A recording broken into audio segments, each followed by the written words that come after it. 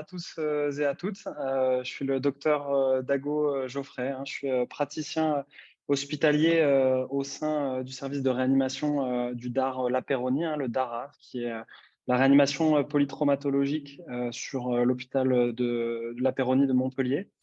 Et donc, ce service qui est sous la direction du docteur Charbit et professeur Capdevila, le docteur Charbit, qui donc est le président du groupe Oxytrauma et qui nous a donc aujourd'hui conviés à cette conférence qui parlera du traumatisme crânien léger.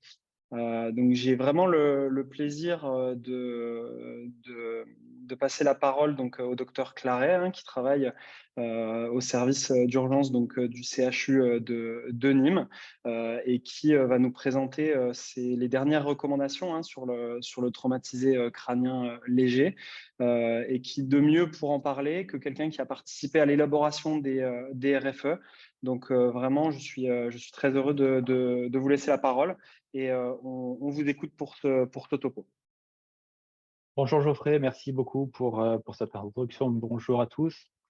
Je remercie Oxytrauma de m'avoir invité à cette discussion autour des recommandations des traumatismes crâniens légers.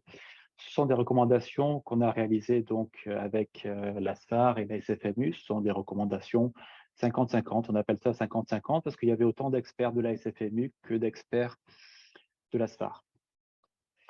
Alors, tout d'abord, hop, si j'arrive à trouver mon curseur.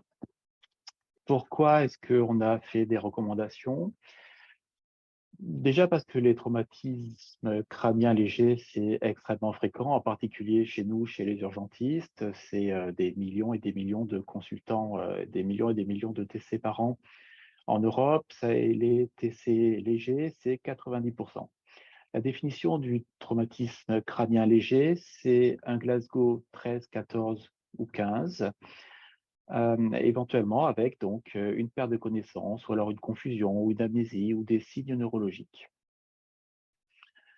Et puis on a fait ces recommandations parce que les précédentes dataient de 2012, et donc en termes de recommandations, c'est quand même assez ancien, surtout qu'il y avait des choses nouvelles.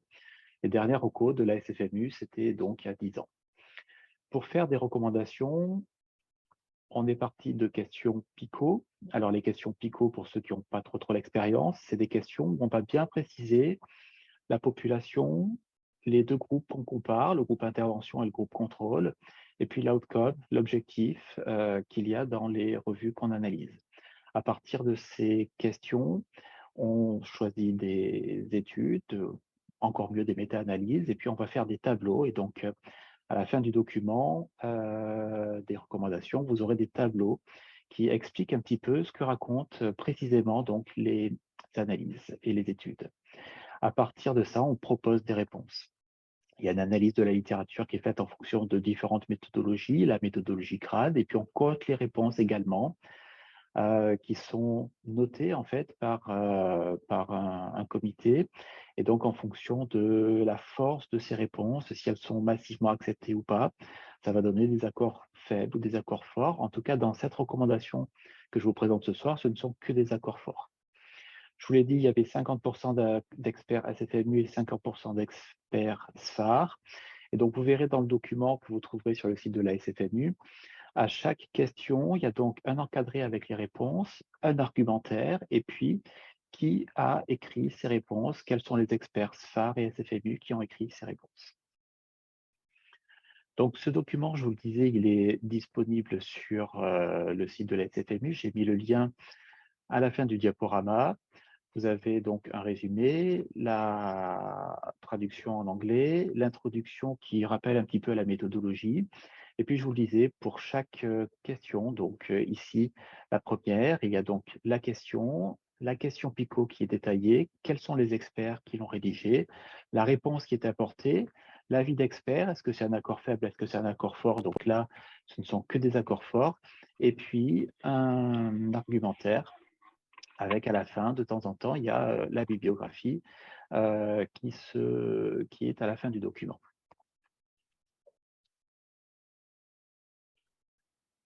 Concernant ces questions, il y en a 11.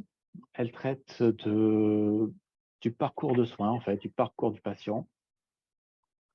Donc, d'abord de la régulation et de l'évaluation du TCL en régulation. Ensuite, on a voulu une question qui parlait de la stratification du risque. Ensuite, il y a 4 questions sur des examens complémentaires, les biomarqueurs, le scanner cérébral, le Doppler transcrânien et quand est-ce qu'on recontrôle une imagerie. 7e question, c'est sur la prise en charge des patients qui sont sous AOD et sous AVK. Et 8e question, ceux qui sont sous antiplaquettaires. La 2e question traite du retour à domicile après la consultation aux urgences. La 10e de la filière éventuellement, post-traumatisé crânien. Et la 11e traite de l'information aux patients. Donc, première question, c'est la suivante. Lors d'un appel en régulation médicale, quels sont les patients avec traumatisme crânien léger pouvant ne pas être orientés de façon systématique vers une structure des urgences pour une évaluation? Les experts ont répondu de la manière suivante. Ils proposent que les patients avec un TCL, lorsqu'ils appellent la régulation médicale, donc le SAMU, le centre 15, ne soient pas, et donc ça c'est important, c'est une recommandation négative, hein, on n'oriente pas de manière systématique vers les urgences les patients, sauf s'il y a un trouble de la coagulation préexistant, et donc ça fait partie, les anticoagulants en font partie, un âge supérieur à 65 ans et un traitement par agent antiplaquettaire, une intoxication, qu'elle soit médicamenteuse, volontaire, une alcoolémie, et puis des symptômes en dehors de la céphalée ou de signes de traumatisme, en particulier les hématomes en lunettes, les signes de fracture du crâne et de fracture de la base du crâne. Deuxième question, quels sont les éléments cliniques et anamnestiques à risque de lésion intracrânienne? Cette question, elle est importante parce qu'on a choisi dans cette question en fait, de stratifier le risque des patients qui ont un traumatisme crânien léger. Il y a les patients qui sont à risque élevé, et puis je vous présenterai ensuite les patients qui sont à risque intermédiaire. Pour les experts, les patients qui sont à risque de qui sont traumatisés crânien léger et qui sont à risque élevé, ce sont les patients qui ont un trouble de l'hémostase, donc anticoagulant, bithérapie antiplaquettaire, et non pas une monothérapie, ou alors les maladies hémorragiques congénitales. Ce sont les patients qui ont une clinique évocatrice d'une fracture de la voûte ou de la base du crâne. Ce sont les patients qui, sans être intoxiqués, ont un Glasgow à 13 ou à 14 à 2 heures du traumatisme crânien. C'est les patients qui vomissent plus d'une fois, et c'est les patients, bien sûr, qui ont un déficit neurologique ou qui présentent des convulsions. Ça, ce sont les patients à risque élevé. Et cette stratification, on va la reprendre derrière, en fait, dans les autres questions. Donc, c'est pour ça que c'est important de la garder en tête. Et puis, il y a les patients à risque intermédiaire. Ce sont les patients de plus de 65 ans avec une mono-antiagrégation plaquettaire. Ce sont les patients qui, en étant intoxiqués, ont quand même un Glasgow à 13 ou 14 à 2 heures du traumatisme. C'est les patients qui ont eu un traumatisme dans le cadre d'une cinétique élevée. Vous verrez dans le document, c'est détaillé, qu'est-ce que c'est une cinétique élevée. Et c'est les patients qui présentent une amnésie d'effet survenue plus de 30 minutes avant le TC. Donc, 2 groupes de patients, intermédiaires, élevés, et puis un troisième, bien sûr, le risque faible, ce sont les autres. Alors, quelle est la place des biomarqueurs dans l'évaluation et la prise en charge des patients admis en structure d'urgence pour traumatisme crânien léger? C'est une question qu'on avait vraiment voulu mettre dans cette recommandation parce que sur les recos de 2012, bien que la S100B existe déjà, en fait, les recos de 2012 n'en parlaient pas. Donc, on a vraiment voulu faire un focus là-dessus.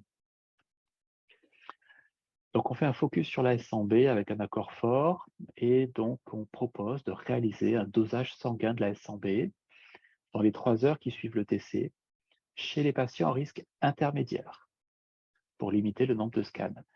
Chez les patients qui sont à risque élevé, de toute façon, vous allez y aller au scanner cérébral. Donc là, on s'adresse aux patients à risque intermédiaire. Et puis, on a voulu être un petit peu proactif en parlant de deux autres biomarqueurs, UCHL1 et GFAP.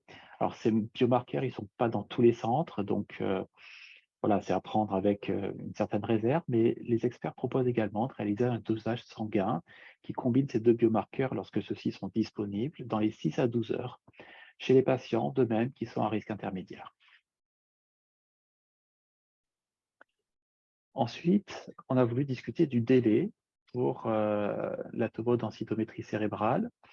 Quel est le délai optimal de réalisation donc, du scan crâne pour exclure une lésion intracrânienne? Et quand je parle ici de scan crâne, c'est du sans injection, le scanner avec injection ayant un petit peu moins d'intérêt dans un TCL simple. On retrouve ces indications lorsqu'il y a une suspicion de lésion carotidienne, par exemple, un traumatisme cervical associé. Délai de la réalisation de la tomodensitométrie. On a proposé de réaliser donc un scanner cérébral sans injection le plus précocement possible pour évaluer, pour identifier les lésions intracrâniennes. Chez les patients avec un TCL à risque élevé, il faut le faire idéalement dans l'heure.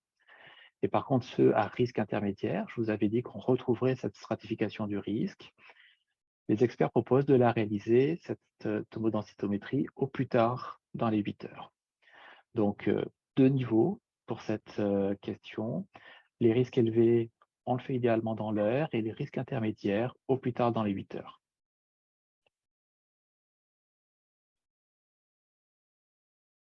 Ensuite, on a voulu discuter du Doppler transcrânien pour évaluer le risque d'aggravation neurologique des patients. Ici, les experts proposent de réaliser, après un scanner cérébral anormal, en dans le cadre donc d'une tomodensitométrie anormale, un Doppler transcrânien chez les patients pour évaluer le risque d'aggravation neurologique précoce. Ici, l'idée, c'est de savoir lesquels vont s'aggraver. Et donc, pour rappel, c'est détaillé dans l'argumentaire des recommandations, mais la plupart du temps, et ça a été bien démontré dans les études de Pierre Bouza, lorsqu'il y a un index de pulsatilité inférieur à 1,25 et une vitesse diastolique supérieure à 25 cm par seconde, c'est un Doppler qui est rassurant et le risque d'aggravation est extrêmement faible.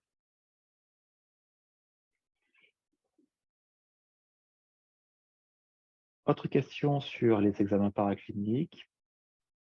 Une question qui revient souvent dans notre pratique quotidienne, chez les patients qui ont une lésion intracrânienne sur le scan initial, lesquels on garde en fait et lesquels en fait doivent bénéficier d'une imagerie cérébrale de contrôle dans les 48 heures.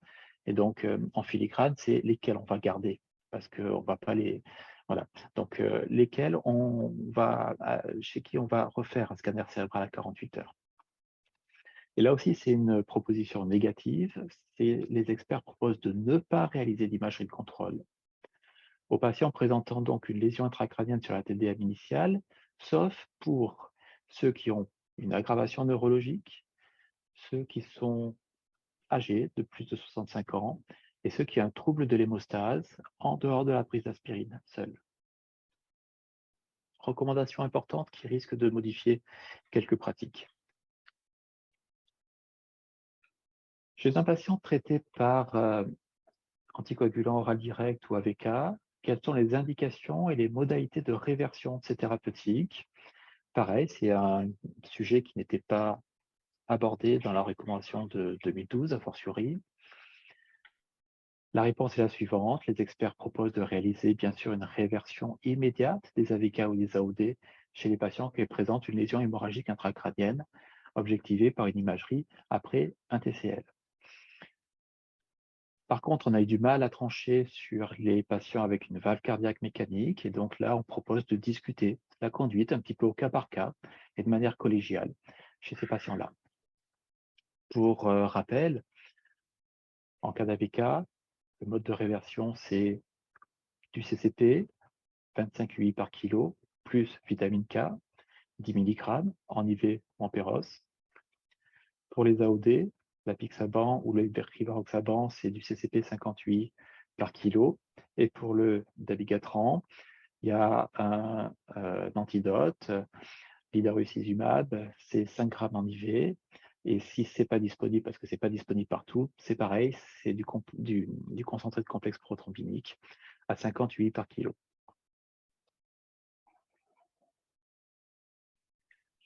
On a vu les AOD, on a vu les AVK. Chez les patients qui sont traités par antiplaquettaires, quelles sont là les indications et les modalités de neutralisation de cette thérapeutique?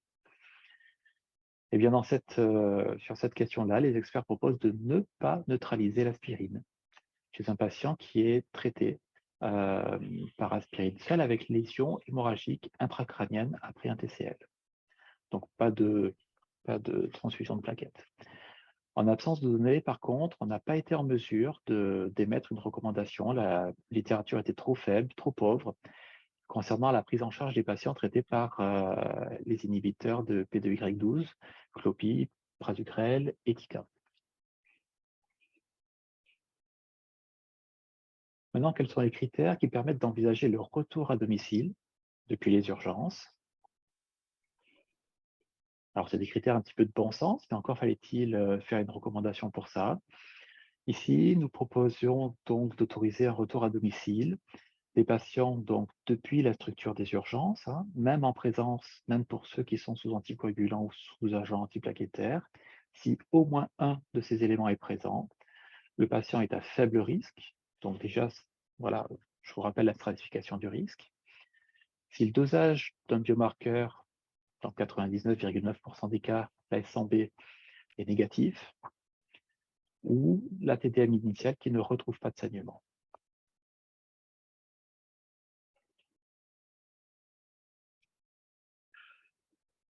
Avant-dernière question, la filière post-traumatisé crânien.